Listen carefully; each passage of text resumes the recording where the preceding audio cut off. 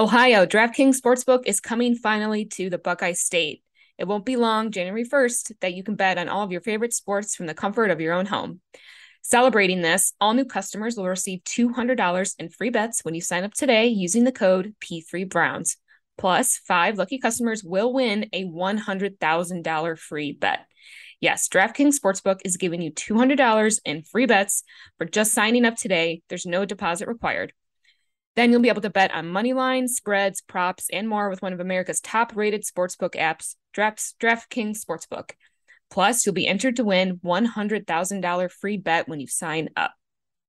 Download the DraftKings Sportsbook app now and sign up with code P3Browns to get $200 in free bets to use once mobile sports betting hits Ohio. Plus, 5 customers will win a $100,000 free bet. Only at DraftKings Sportsbook with code P3Browns. Gambling problem? Call 1-800-589-9966. 21 and over. Physically present in Ohio. Eligibility restrictions apply. See terms at DraftKings.com/sportsbook. Subject to regulatory licensing requirements. 1 per customer. $200 issued as 8 $25 free bets. No purchase necessary for sweepstakes. Void where prohibited. Ends first day DraftKings is allowed to operate in Ohio. See terms at DKNG.com/OH. Part of the Press Play Podcast Network.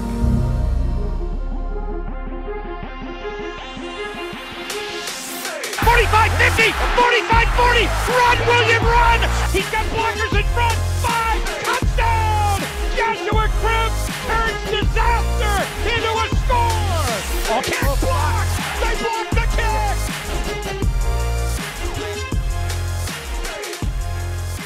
Tyvis, I mean, no disrespect, okay? Okay. But in the words of Tom Brady, that was fucking awesome.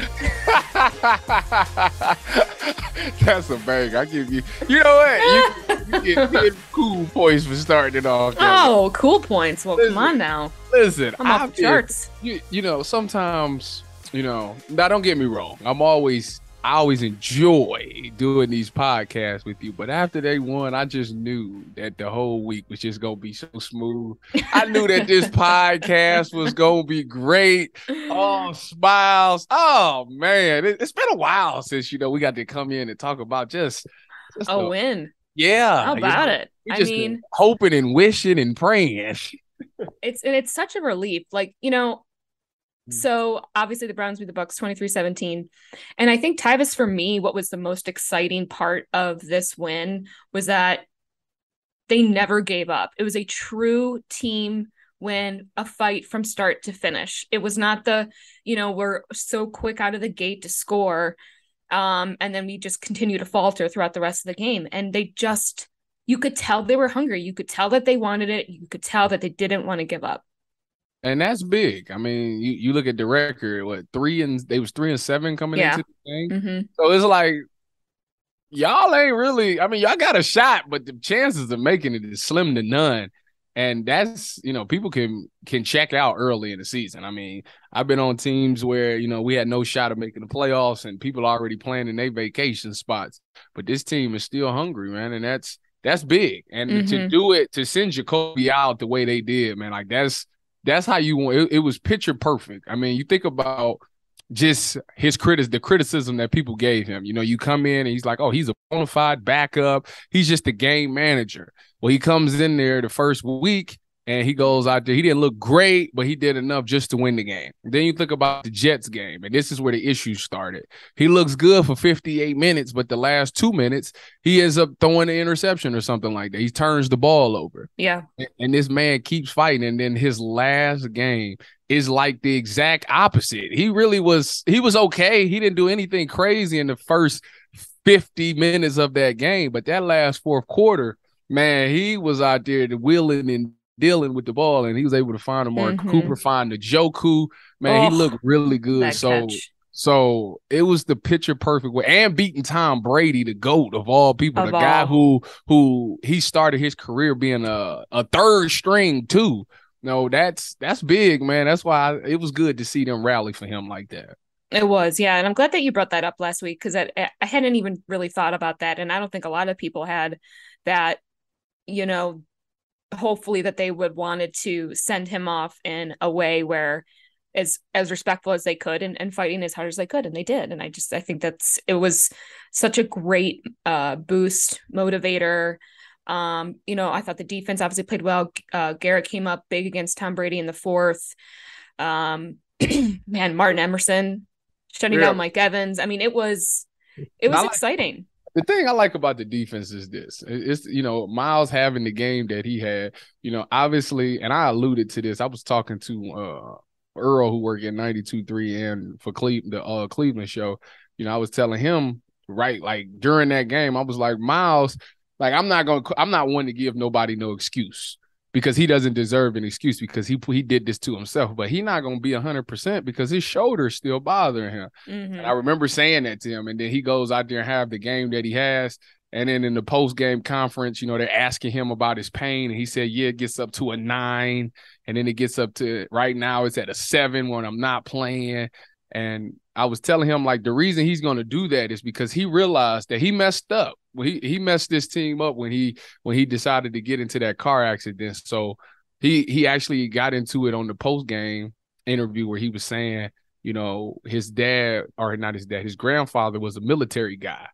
And I guess he ended up, I think he passed away, maybe. His grandfather passed away, I think. And he said he was dedicating this season to his grandfather. So if that's the case, because I know if I'm dedicating the season to my grandfather, listen to me. Telling me. As long as I got a pulse in my body, everything could be broken. If I got a pulse, I'm going out there and I'm playing. Yeah. So that's why Miles obviously he's not all going to be the Miles that we are used to because he's banged up, but he's going to be out there because he's playing for his grandfather, and ultimately he's playing for his teammates because he feels like he let them down when he got into that accident. So I got to get a man a little shout out, man, because I respect it.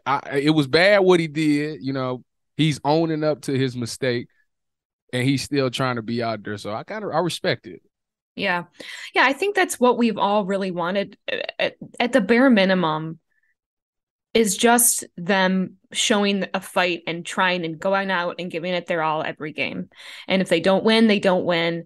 But that was, at the very least, should be something that they're doing that they really hadn't. I mean, we've seen glimpses of it, obviously, with the Bengals and, of course, yesterday.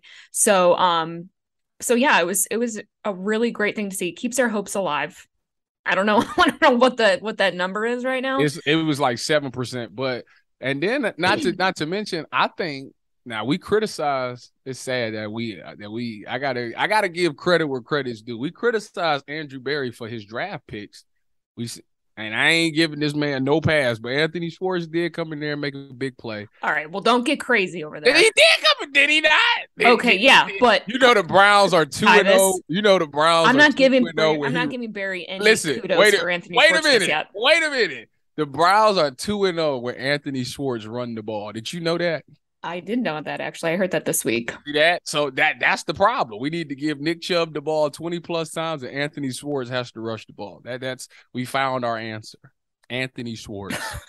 That's not our answer. Please, God, don't let that be our answer. No, look, it was about time. Like, welcome to the NFL. Like, I wasn't even going there. I wasn't even going to go there with him. What I was going to say was, we need to give Andrew Berry credit for Alex Wright and Martin Emerson. That's where I was going with it. I was waiting for you to say Martin Emerson, and you said, I can't. Oh, God. Martin Emerson had a very good game on Sunday, and I see the vision. I see a guy who's a competitor. When we drafted him, I remember being on Chops' Twitter Spaces, and he asked me, like, Tyvis, when you look at this corner, what do you see? And I'm like, well, this guy if he led the SEC in PBUs, then it tells me this is a guy who knows how to play the football. And if you watch football around college, high school, or the NFL, a lot of these corners see that ball in the air and they get nervous and they don't know how to play the ball. And now you're getting holding calls and pass interference calls. But if you got a guy who's naturally good and knows how to play the ball, notice that he never got any penalties. He didn't get no PIs or anything like that because he understands that, hey, I'm in phase, I can go up and play the ball, and I'm got just as much right to this ball as this wide receiver. So it was good to see him do that, especially against a guy like Mike Evans. Mike Evans is one of those guys, statistically, he could be in the Hall of Fame one day. So to have that assignment against a guy like that and be that productive, that shows that they made a really good pick, especially doing that young. And I just hope that he continues to do it because Greg Newsome was kind of like that last year. And now that he's moved to that nickel spot, he's kind of not as effective. So I just hope he keeps going. Yeah, and had he not shut down Mike Evans, that could have really changed the game and the outcome of the game. Well, they was picking on him because he was a rookie, sure. Mm-hmm. Yes, but it was a great win. It's hard to, it's funny when they play shitty, which is, unfortunately been more than not this season. You and I go on and on and on and on, but I just laugh at the fact that nobody had anything negative to say about the defense. And the funny thing is Joe Woods went out there and ran cover 3 and cover 1. Guess what he been running all year? Cover 3 and cover 1. It's amazing how all of a sudden it looks so good. It looks so good. And I'm gonna make this point. Is it the scheme? I continue to tell you the scheme is phenomenal. How do I know that? Because like I say, San Francisco run the scheme, top 10 defense. Jets run the scheme. I think it's a top 10. And guess who else? Dallas runs the scheme. Now Dallas might run theirs out of a 3-4 look, but it's the same scheme. Dan Quinn came from Seattle. They all under the same umbrella. I think he just runs his out of a 3-4, but it's the same scheme. Top 10 defense. The Browns run the exact same scheme. They should be. If they did everything right, like I've been trying to tell y'all, they would be a top 10 defense. But, what do I know? Just an undrafted free agent. Oh, God. Yeah, I don't really know the answer to that, Tyvis. And we'll see if it continues. I think that's the real big point, too. These little glimpses, I wrote this on Twitter. It's so true. Like getting breadcrumbing when, do you know what breadcrumbing is, by the way? Like in a relationship or situationship, or do you know this term? I apologize, Holly. I've been out of the world for 7 years. Well, lucky you. We and my wife just celebrated 7 years of being together. Aw, that's amazing. Congratulations. So I don't know. Can you explain? What is the kids? When you're leaving breadcrumbs, right? A trail of breadcrumbs, you're just leaving it and you're slowly going down the trail and you're grabbing the breadcrumb and you're grabbing so we call that selling the dream. That's what that is. Who is we? Back in the day, tell you a dream. That's when the guy tell you everything you want to hear. You sold all kinds of dreams. I know it. No, see, that's the thing. The thing about believe it or not, Holly, you know me. I'm brutally honest, so I kept it all the way 100 with everybody. That's just who I am. I wish I would have known you in college.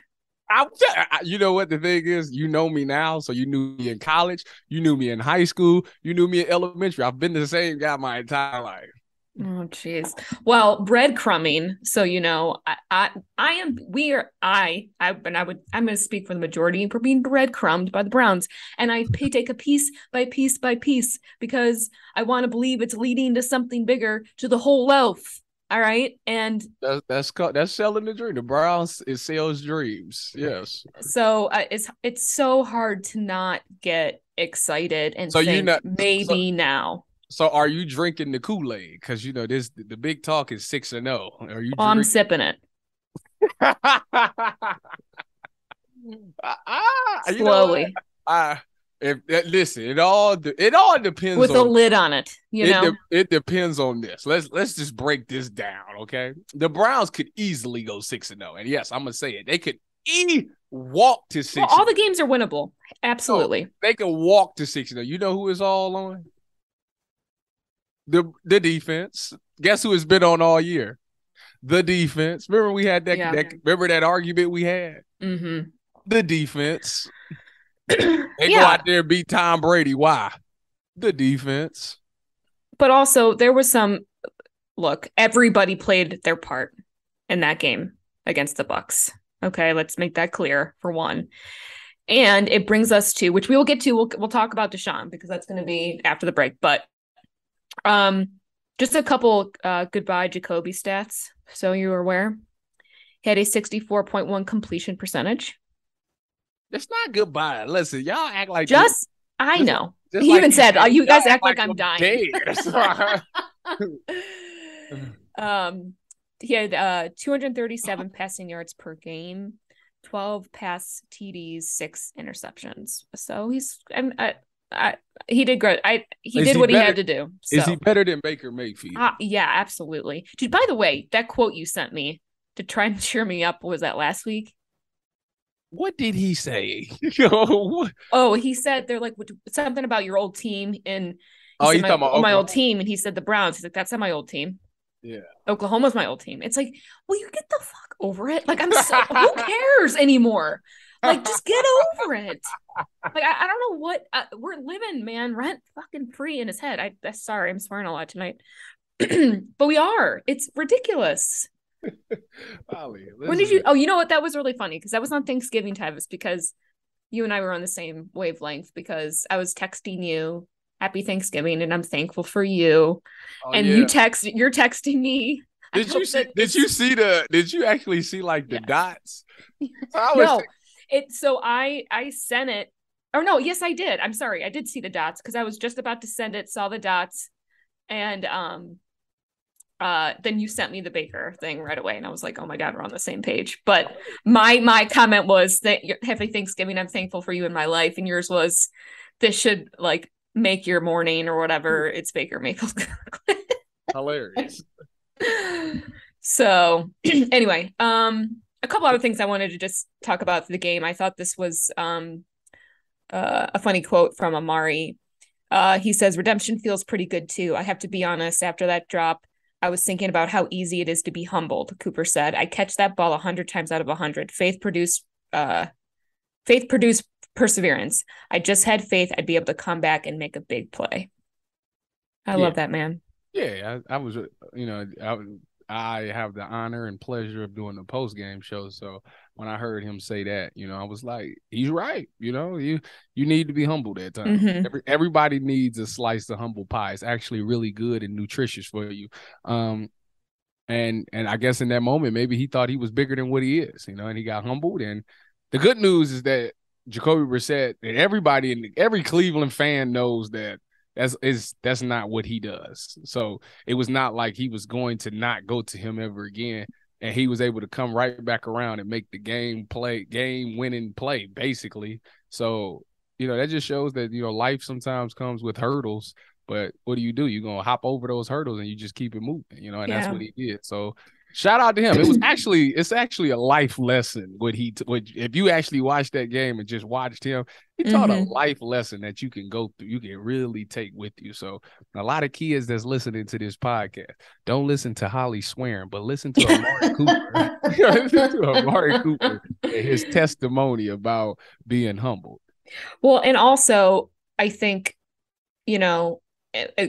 you're always going to make mistakes, right? The key is not making the same one over and over again. It's learning from it, right? And this is the perfect example. He made a mistake. He knows he did, and he's going to make sure he doesn't do it again. And sometimes you have to make those mistakes to see that, they can happen, obviously, and humble you. And so, and this is, you probably heard this already, Tyvis, but I just find it fascinating.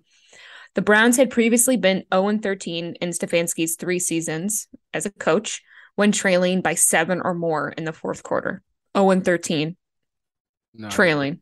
One of the interesting stats is that Tom Brady was 210. Yeah, that one's nuts too. Leading by 7 or more points in the fourth quarter, and ended that. Gave him his first loss. So that's wild. Mm-hmm. Yep. And we have not won a game after trailing by 7 or more in the fourth quarter in 75 tries, dating all the way back to 2014. Well, listen, if this is the clicking point, then this is like the perfect time to click. Well, is it, Tyvis? It is a nice time to click. I mean, right, because the end of the season is coming up. You got 6 games left, which 6 games, your back is against the wall. So now you have no choice but to go out there and prepare and play your hardest. You got 6 guaranteed weeks left. That's it. You can't put it on the line. Whatever it is, if you can't put it on hold for 6 weeks, man, and you might need to reevaluate if this is what you're supposed to be doing with your life. Yeah. Well, that's a good transition into after the break, we're going to go into DeShaun Watson the DeShaun Watson era starts this Sunday. So we're taking a quick break and we'll be right back.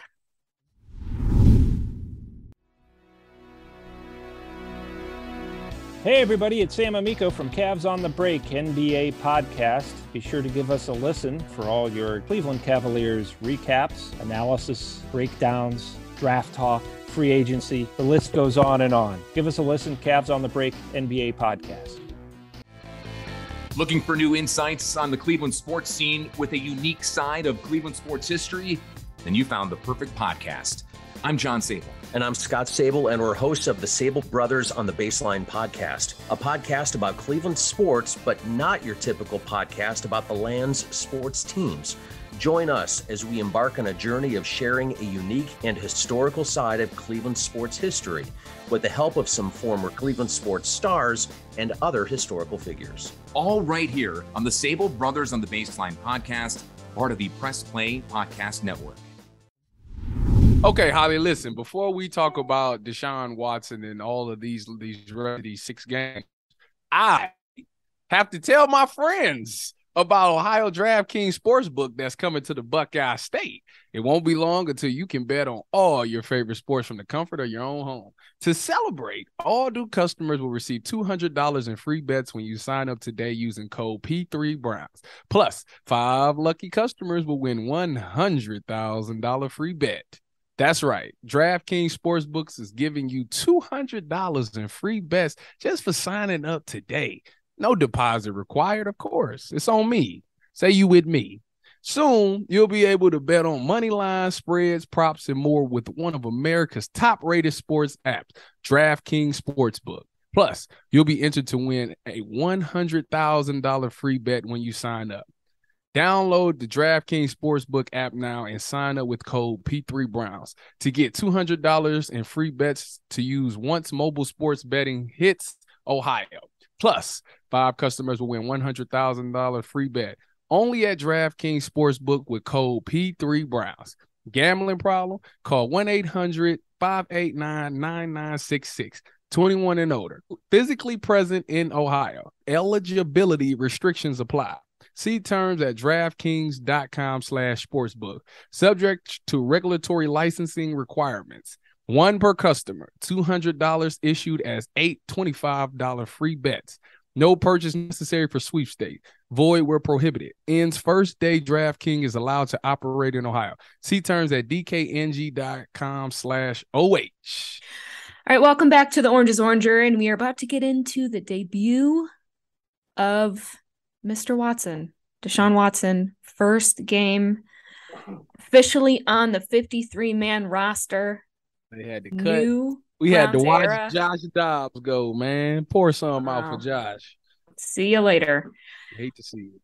Watson, by the way, did you hear this? That Tony Busby got a suite for this game, and he's bringing like 10 of the accusers to the game. Yeah, it's a wild, strange event going on.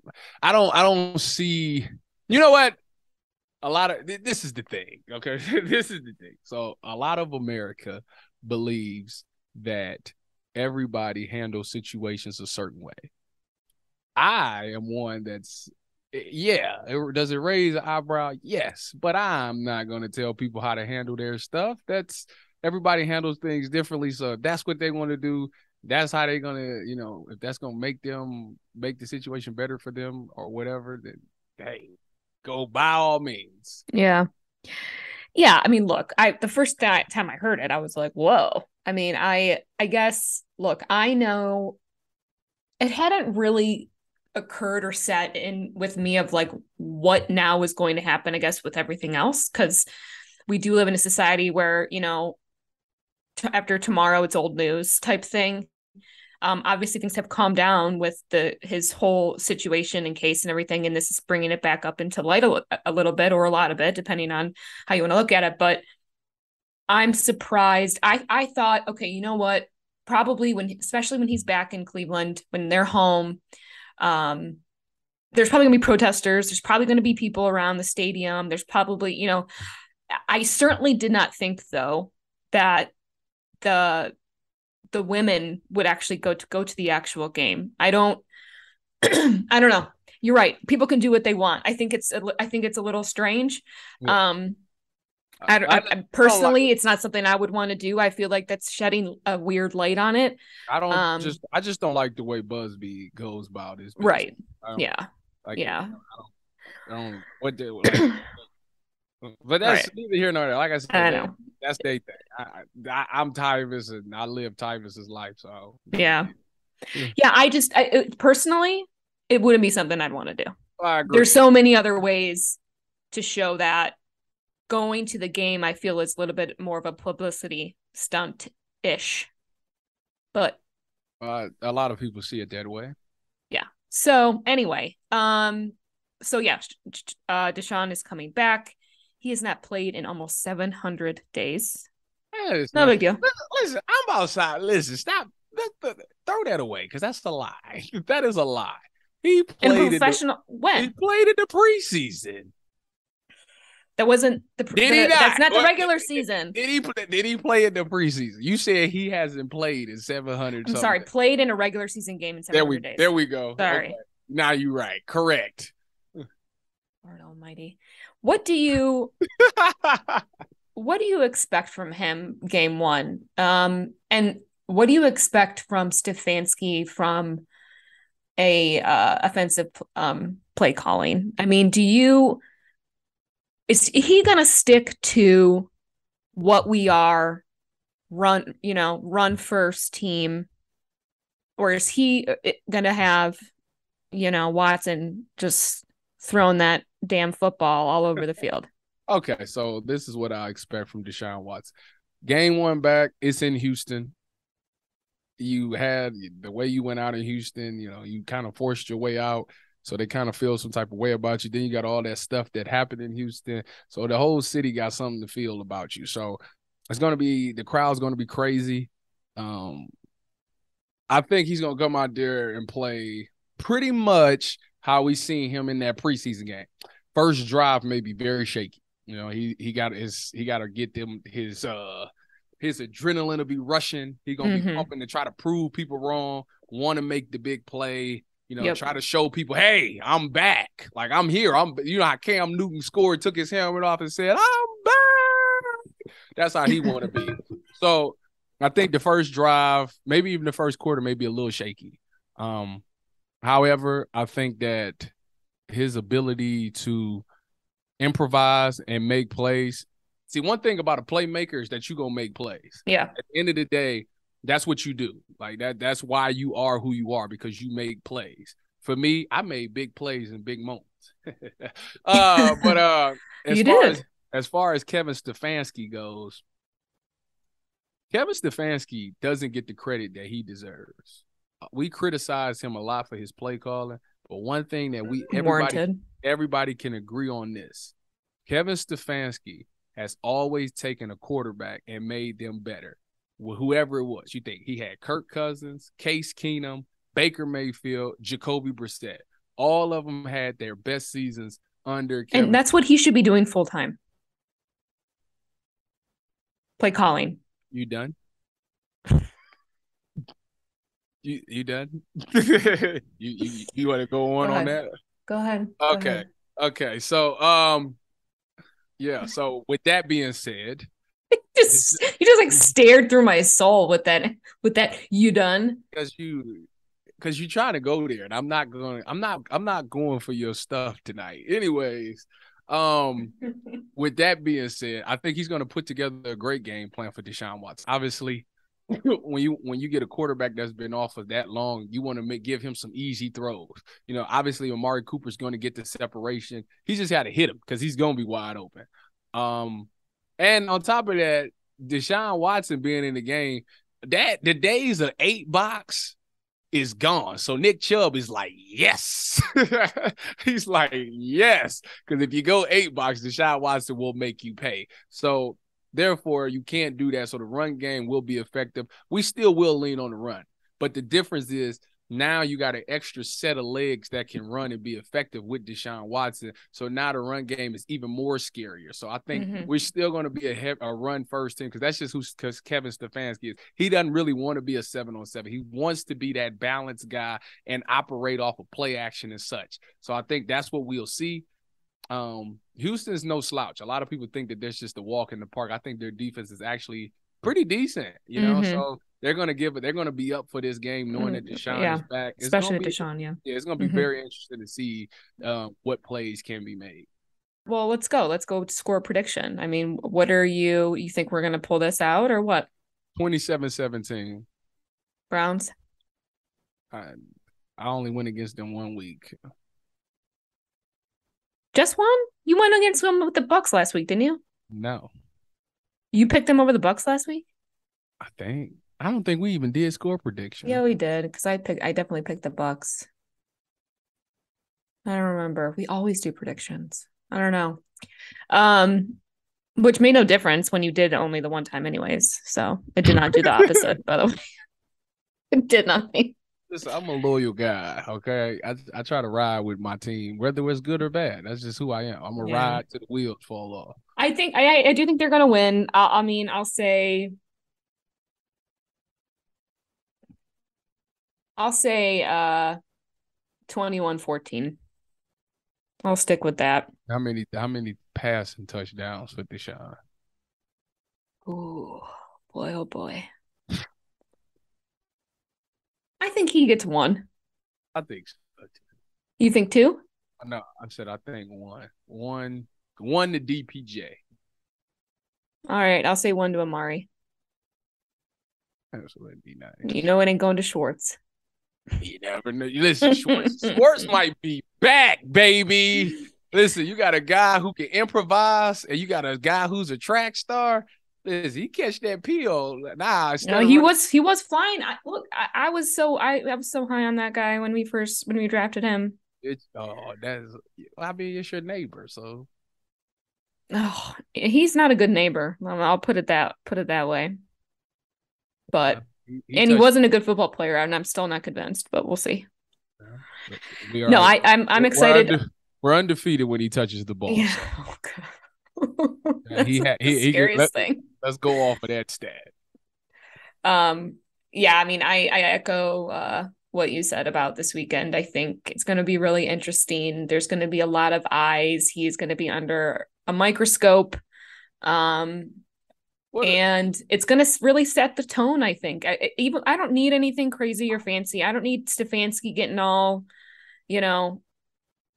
cute out there with him at all. Well, not the first week. No. Well, you hope not, Tyvis, but he gets cute in the worst situations. Okay, so listen. Games. So listen to this. Listen, the thing is this: he has been practicing for the past 3 weeks. So the only not that much, 20% or something, right? 20% of this. The only difference is live game. So live game speed is a tad bit faster than practice speed, and he hasn't been hit. So those are the two things that he has to adjust to. He has to worry about getting hit, taking some hits, and seeing how his body reacts to it, and he has to catch the speed of the game, which he's already excelled at that. He just has to dust it off. However, you know what the biggest story for this game is going to be is not DeShaun Watson. It's actually going to be the defense, because now you got a guy that's electric at quarterback, elite. Some people would say he's elite at quarterback. As a defense, now I'm motivated to get him the ball back, because when he get the ball, he punching it in. We scoring. Right. So now I would like to see how this defense react. They should turn it up another gear. Last week it showed everybody. They showed everybody like 3 times this season that this defense could be elite when they all lock in. And if their backs is against the wall, they have no choice but to play like that every week. So I'm interested to see how they carry on from last week. Having Miles come up in big moments, knowing that he hurt. Who steps up for Miles? G New comes back. How he's seen Martin ball. He's seen him ball. Right. And at some point he got to think to himself, hey, I could be expendable. I could be a little expendable. Well, light a little fire then. You know what I mean? If that's what it's going to take. that's the thing, though, Holly. It's just you happy for your boy. But as a competitor, you want to be the best. Even though freaking, I'm not throwing his name. I'm gonna go somewhere else. Even though May was my boy at corner, like when I see him ball, it make me want to ball because it's like I'm about to show you I'm like that too. So absolutely, I'm interested to see how Greg Newsome play this week, being in the slot. And I don't know what the Brandon Cook situation is if he's playing or not, but if he is playing, that's a big boy job. Mm-hmm. Yeah, I mean, I think this is going to be a great opportunity for a lot of guys to step up this week. And because of so much focus, while I know that for you that the defense should be the biggest story, it's obviously going to be DeShaun and what he does. So we'll see. All eyes on the prize. That man gonna go 18 for 26, 225 yards and a touchdown. No interceptions? No, he ain't gonna throw no pick.